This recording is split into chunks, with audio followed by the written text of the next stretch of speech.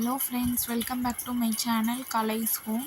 நம்ம கொஞ்சம் கூட கசப்பே இல்லாமல் பாவக்காய் பொரியல் எப்படி செய்யலான்னு பார்க்கலாம். இதுக்கு 4 டீஸ்பூன் நல்லெண்ணெய் ஊற்றிக்கோங்க. நல்லெண்ணெய் தான் யூஸ் பண்ணணும், அப்போனா தான் கசப்பு எடுக்கும். 1 ஸ்பூன் கடுகு, 15 சின்ன வெங்காயம் ரெண்டாக நறுக்கி போட்டுக்கோங்க. இதில் 3 மீடியம் சைஸ் பாவக்காய் சேர்த்துருக்கோம். இந்த பாவக்காய் இதுக்கப்புறம் தேவையான அளவு உப்பு போட்டு இந்த பாவக்காய் நல்லா எண்ணெயிலே வேகட்டும். ஒரு மூடி போட்டு வேக வச்சுட்டு நம்ம இதுக்கு நடுவில் ஒரு மசாலா ரெடி பண்ணிக்கலாம். அதுக்கு 1 ஸ்பூன் ஜீரகம், 2 பச்சை மிளகாய், 1 பல் பூண்டு, ஒரு கைப்பிடி அளவுக்கு தேங்காய். இதை தண்ணி விட்டு அரைக்கக்கூடாது. தண்ணி விட்டு அரைக்காமல் மிக்சியில் 2 பல்ஸ் கொடுத்து இதை இந்த வேகிற இந்த வதங்கின பாவைக்காயில் இதை சேர்த்துக்கலாம். பாவற்காயில் சேர்த்துட்டு அதுக்கப்புறம் இது நல்லா வேகட்டும். இந்த மசாலாவோட சேர்ந்து இது நல்லா வேகட்டும். அப்புறம் ஒரு 5 நிமிஷம் அடுப்பை சிம்லேயே வச்சு நல்லா வேக விட்டு இறக்கிக்கோங்க.